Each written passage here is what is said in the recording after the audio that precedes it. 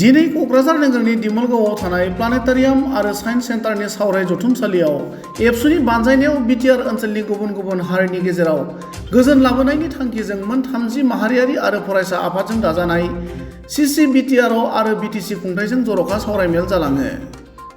बे सावरायमेलाव बिटिसिनि गाहाय मावफुं सोद्रोमा प्रमद बर'जों लोगोसे मावफुं सोद्रोमा आरो बिटिसिनि गुबुन गुबुन सोद्रोमाफोराबो बाहागो लादोंमोन।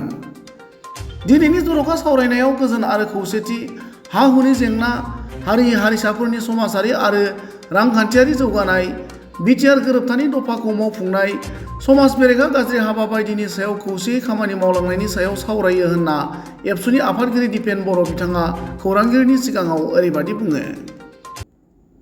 बिटिआरर प्राय 22টা যিখিনি জাতি জনগোষ্ঠী আছে, জাতীয় সংগঠন আৰু ছাত্ৰ সংগঠন একেলগে 2020 শান্তি চুক্তিৰ পিছত নিখিল বড়ো ছাত্ৰ সন্থাৰ উদ্যোগত আমি সমন্বয়ৰক্ষী সমিতি এটা বনাইছিলোঁ চিচি বিটিআৰঅ, আৰু ইয়াত প্ৰায় 30টাৰো অধিক জাতীয় আৰু ছাত্ৰ সংগঠন আমি একত্ৰিতভাৱে কাম কৰি আহিছোঁ।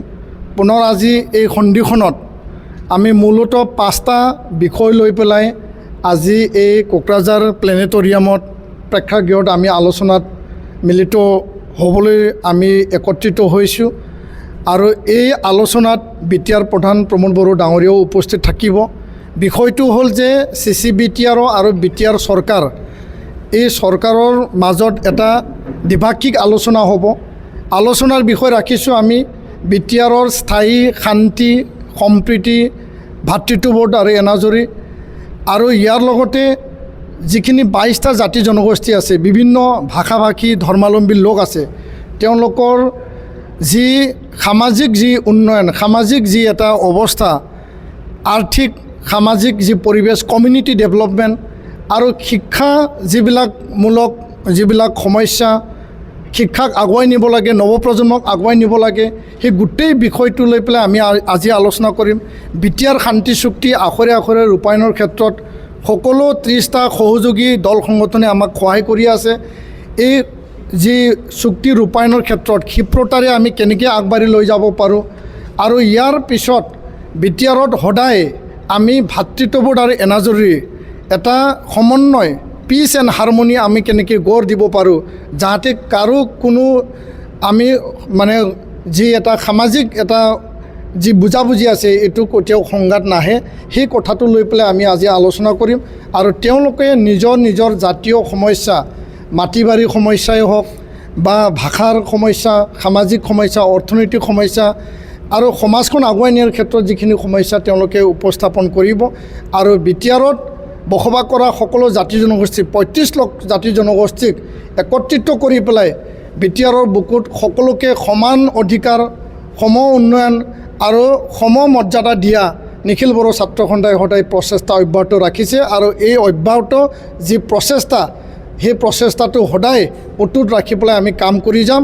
আমি ভাই ককাইৰ দৰে আগবাঢ়িবৰ কাৰণে আমি সদায় সাজু, আৰু এই ভাই ককাইৰ সম্বন্ধ কেতিয়াও যাতে ক'তো যাতে তেনেকুৱা সমস্যা নাহে, তাৰ কাৰণে আমি মাজে সময়ে মিলিত হৈছোঁ। আৰু আজিৰ আলোচনা চৰকাৰৰ লগত, চৰকাৰে কৰণীয় যিখিনি কাম কাজ আছে, চৰকাৰৰ ওচৰত জাতীয় দল সংগঠন, ছাত্ৰ সংগঠনৰ যিখিনি দাবী বা তেওঁলোকৰ গ্ৰিভেঞ্চেছ আছে তেওঁলোকে উপস্থাপন কৰিব, সেইখিনি দায়িত্ব আমি আজি লৈছোঁ আৰু আমি আলোচনাত মিলিত হৈছোঁ।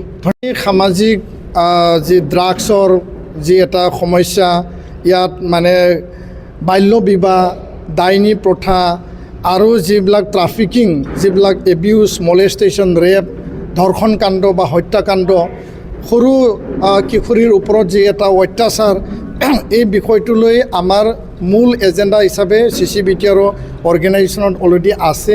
আমি বিভিন্ন সময়ত যিবিলাক ধৰ্ষণ কাণ্ড, হত্যাকাণ্ড হৈছে এইবিলাকত আমি মাত মাতিছোঁ, কাম কৰিছোঁ। দুৰ্ভগীয়া পৰিয়ালক ন্যায় দিবৰ কাৰণে আমি কাম কৰিছোঁ, আৰু এই এজেণ্ডাও আজিৰ আলোচনাত স্থান পাব। আৰু কোনো কাৰণত বিটিআৰ অঞ্চলত বা অসমত এনেকুৱা বেআইনী কাৰ্যকলাপ, ধৰ্ষণ, হত্যাকাণ্ড বা কিশোৰীৰ ওপৰত নিৰ্যাতন আমি কোনো কাৰণত সহ্য নকৰোঁ। এইটো আমি জিৰ' টলাৰেঞ্চ লৈ পেলাই আমি কাম কৰি আহিছোঁ আৰু কাম কৰি যাম। ধন্যবাদ।